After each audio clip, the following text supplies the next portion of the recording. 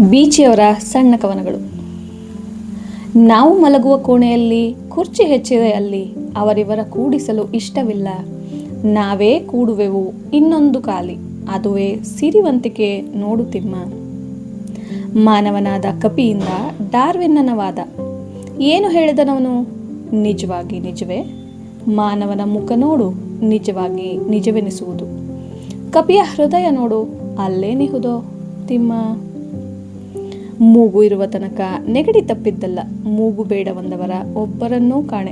ಹಾಗೊಮ್ಮೆ ಈಗೊಮ್ಮೆ ನೋವು ಆದೊಡೆ ನೀನು ಹೋಗು ಬಾಳಲೊಲ್ಲೆ ಎನ್ನುವೆಯ, ಬಾಳೆ ನೋವು ತಿಮ್ಮ.